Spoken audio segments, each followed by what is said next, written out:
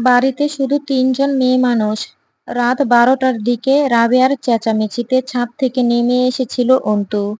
বাড়ির মেইন দরজা আটকাতে গিয়ে আরো কতক্ষণ দাঁড়িয়ে ছিল আব্বুর অপেক্ষায়। আব্বু আসলোই না। জানালার ধারে বই নিয়ে বসে জানালাটা খুলে দিয়েছিল।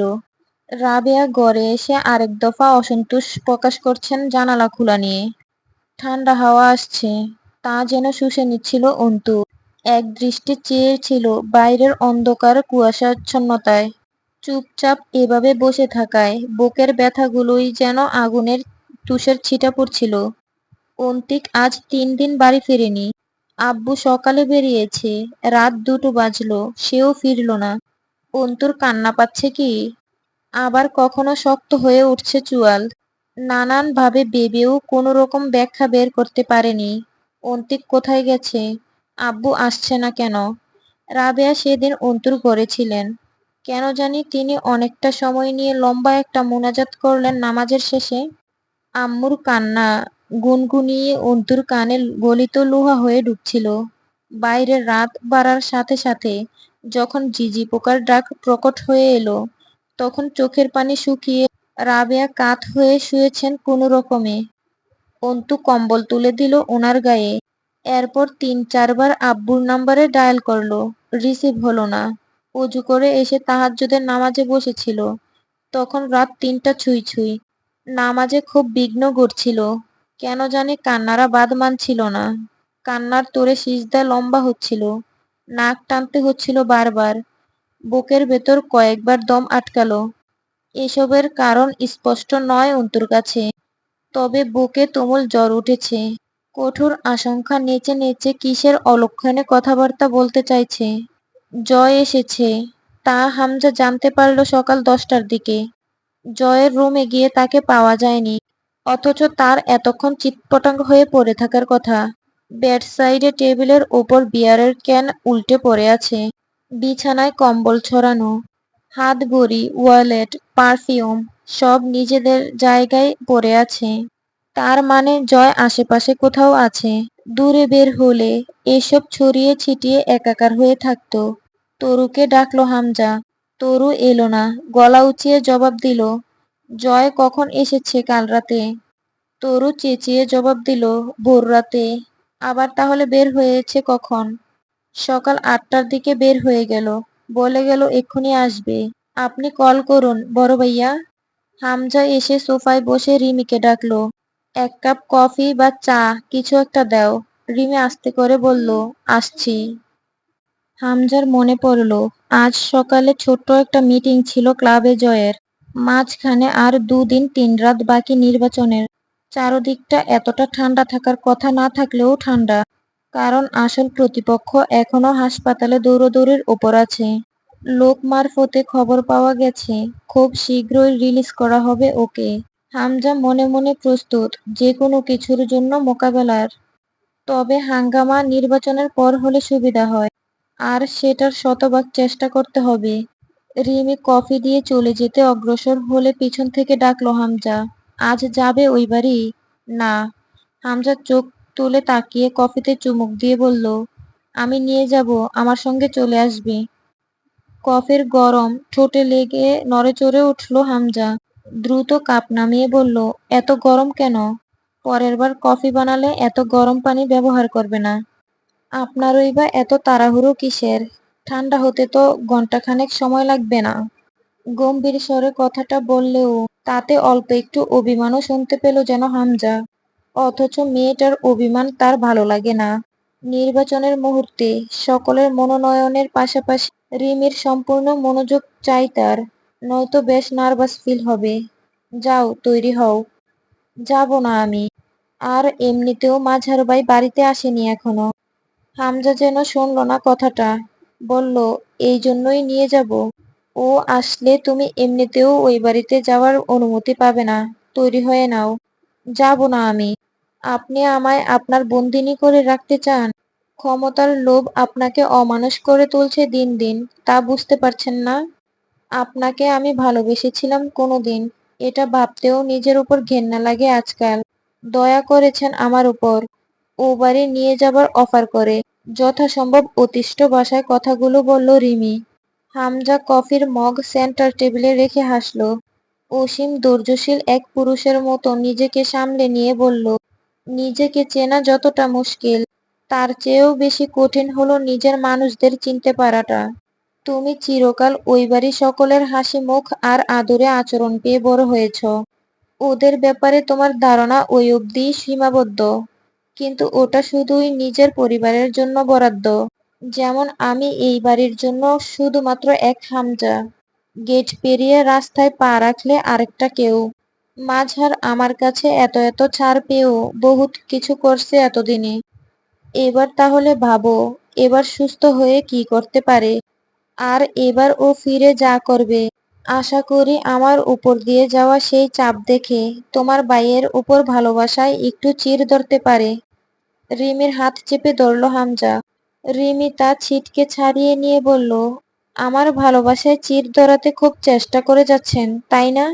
আল্লাহ জ্বালিয়ে ভস্ম করে দিক আপনার চেষ্টাকে। দরকার হলে এই বাড়িতে পচে মরব। যখন আপনার সাথে জাহিলের সাথে বিয়ে হয়ে গেছে, তখন আপনার বাড়িতেই মরণ হোক আমার। আপনার মতো অমানুষ শত্রুতা পুষবে, এটা আর এমন অস্বাভাবিক কি? কিন্তু যেই মাঝার ভাই আমাকে আপন বোনের মতো বুকে চেপে মানুষ করেছে, তার রক্ত ঝরার কারণকে না আমি ক্ষমা করতে পারি, আর না কোনো বিবেচনা। শত্রুতা আমি শুরু করিনি, শত্রুতা ওরা শুরু করেছে, এবং সেটাও বহুদিন আগে। যেবার প্রথম আমি ছাত্রনেতা নির্বাচন হয়েছিলাম, মাঝারের ছেলেদের মাঝে কারো বিশ্ববিদ্যালয়ের কন্ট্রোল হাতানোর ছিল না। সেটা না পারায় এই শত্রুতা শুরু।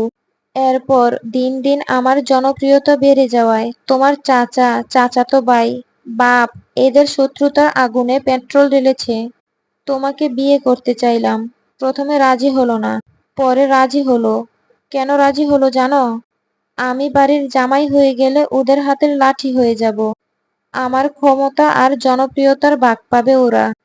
তা যখন হলো না, তখন একের পর এক আক্রমণ পেয়েছি এ বছরে ওদের থেকে। কিছু বলিনি কোনোদিন। কিন্তু আমার পর যখন জয় নেতাকর্মী হলো, তখন আবার নতুন করে জ্বলে উঠেছে তোমার বাপ চাচা। এবার বলো, শত্রুতা কারা পুষছে? আর এর সমাধান কি? কোনো সমাধান নেই। এভাবেই যতদিন চলে। এরপরেও তুমি অবুঝ হলে তোমার উপর কঠোর হতে বাধ্য হব বোধহয় আমি। রিমি আর এক মুহূর্ত দাঁড়ালো না। তখনই গান গাইতে গাইতে ঢুকলো জয়। হামজা ভাইয়ের হবে জয়, হামজা ভাইয়ের হবে জয়। ও বাবি গো, হামজা ভাই খারাপ লোক, জয়ের মালা তারই হোক।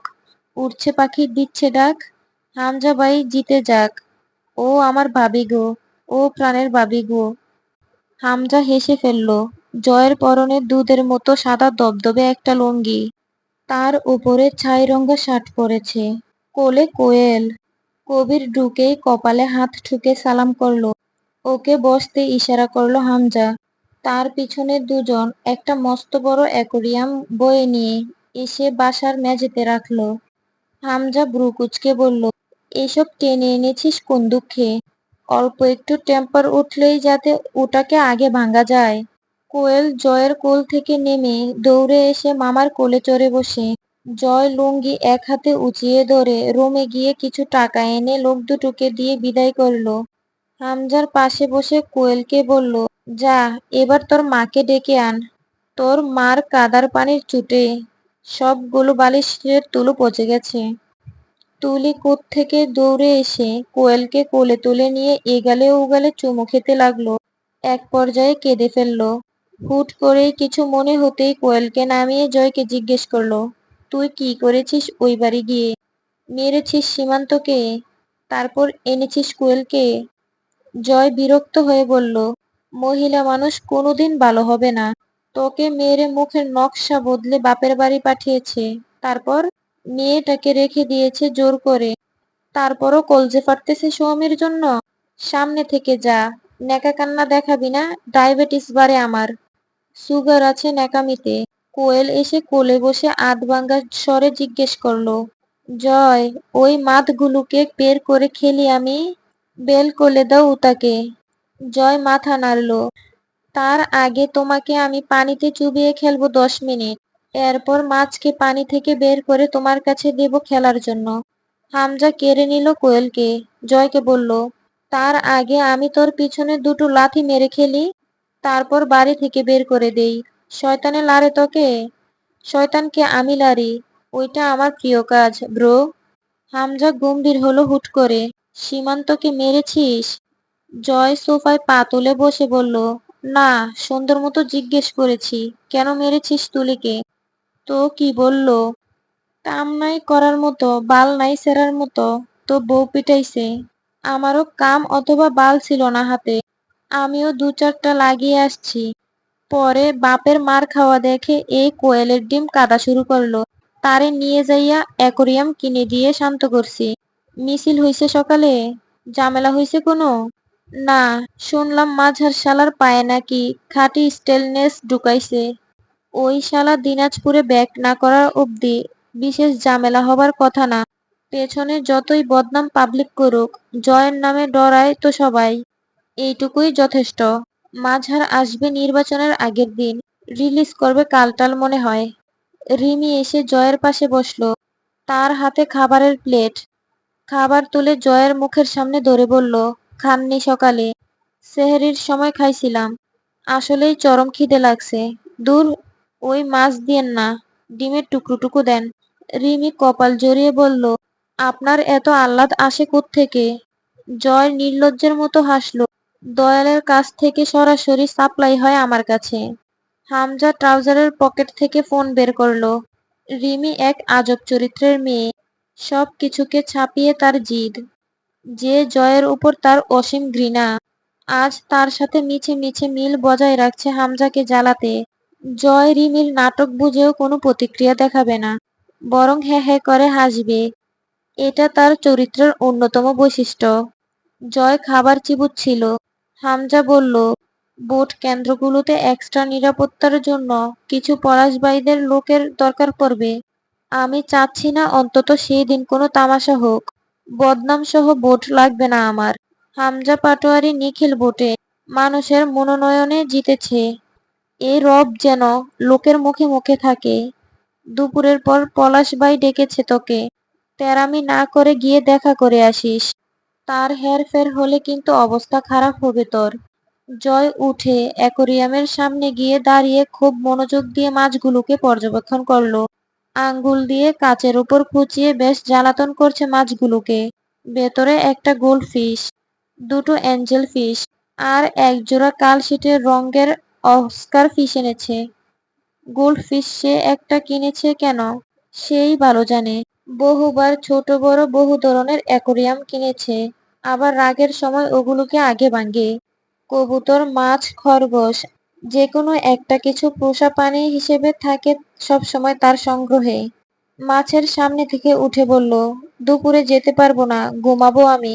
বিকেলে গোসল করব, খাবো, যাব ঠিক সন্ধ্যার আগে। 2-1 কলকি টেনেও আসবো তাহলে। হামজা বকে উঠল, কলকি টানার খবর পেলে এক কোপে বলি দিয়ে দিব শুয়োরের বাচ্চা। যে কাজে পাঠাচ্ছি তা করে ফিরে আসবি। সকাল থেকে বাড়িতে রান্না হয়নি। সকালে একবার বমি করেছে মার্জিয়া। অন্তুর ফোনটা বেজেছিল দুপুরের দিকে। অন্তু দিন দুনিয়া ভুলে ঘরে ছুটল। নিশ্চয়ই আব্বু ফোন করেছে, কিন্তু স্ক্রিনে অপরিচিত একটা আনসেভড নাম্বার। তবুও অন্তুর চোখ ভিজে উঠল। কণ্ঠনালী থেকে কান্না ছিটকে এলো এক মুহূর্তে। তার ধারণা আব্বুর ফোনে চার্জ নেই, অন্য কারো নাম্বার দিয়ে কল করেছে। কল রিসিভ করেই কঠিন বোকার মতো জারি মারল একটা, বয়স বাড়ার সাথে সাথে আক্কেল জ্ঞান কি গুলিয়ে খেয়ে ফেলেছ? একটা কল করে জানিয়ে দেওয়া যেত না যে কোনো কাজে আটকে গেছ? বাড়ির প্রতি তোমার না হয় টান নেই, আমারও তোমার উপর টান নেই, তবে জলজ্যান্ত একটা মানুষ উধাও হয়ে গেলে একটু ভাবনা হয় তো নাকি? রাবেয়া দৌড়ে এসে দাঁড়ালেন মেয়ের পাশে। অন্তু ফোনে বলে চলল, তো কখন আসবে বাড়িতে? আর হ্যালো, বরাট এক ধাতব কণ্ঠে ভেসে এলো ফোনের ওপাশ থেকে। অন্তু থমকালো। আব্বুর কণ্ঠস্বর গম্ভীর, তবে তার চিরপরিচিত এটা নয়। পিপাসার্ত মুখে চুপ রইল অন্তু। তার ঠোঁট ফাটফাট করছে। বেশি পেঁচাল না পেরে যে ঠিকানা বলছি সেখানে চলে আসিস। আর একটা পাখিও যেন সাথে না আসে, জানতে না পারে কিছু। সংক্ষিপ্ত হুমকি। বাণীটি কর্কশ এবং হিংস্র ছিল। কল কেটে গেল। সাথে সাথে একটা মেসেজ এলো। সেখানে একটা ঠিকানা লেখা, কাহারুল থানার নয়াবাদ মসজিদ। রাবেয়া জাগাচ্ছেন ওকে অনবরত। বারবার প্রশ্ন করছেন। অন্তু নিশ্চুপ চেয়ে থাকলো ফোনের স্ক্রিনে। অন্তুর মাথায় এলো, ঠিকানায় উল্লেখিত জায়গাটা ডেপা নদীর তীরে নির্জন এলাকার দিকে নির্দেশ করছে। অন্তুর মাথা কাজ করা বন্ধ করে দিয়েছে ইতিমধ্যে। রাবেয়া প্রশ্নগুলোর উত্তর না পেয়ে ছটফট করছেন। অন্তু চট করে মোস্তাকিনকে কল করে বসলো। কেন করলো সে জানে না। ফোনে পরিষ্কার জানিয়ে দেওয়া হয়েছে একটা পাখিও যেন টের না পায়। তবুও ফোন করেছে অন্তু। স্বতন্ত্র এক এফবিআই অফিসারকে ডাকছে সে। মোস্তাকিন এলো ঠিক 20 মিনিটের মাথায়। ততক্ষণে অন্তু ঠিক একই জায়গায় একই ভঙ্গিতে দাঁড়িয়েছিল। মোস্তাকিন এসেছে টের পেয়ে নিস্তেজ হাতে মুখটা আড়াল করে দাঁড়ালো। মোস্তাকিন ঘটনা জানতে চেয়ে প্রশ্ন করলো। অন্তু জবাব দিল গা ছাড়া ভাবে। তার চোখের কাতরতা মোস্তাকিনের দৃষ্টি এড়ানোর নয়। তবুও যথাসম্ভব শান্ত সে। অন্তুকে জিজ্ঞেস করলো, আপনি বয়েসটাকে চিনেন অথবা আগে শুনেছেন? অন্তু অবচেতনের মতো মাথা নাড়ল। না।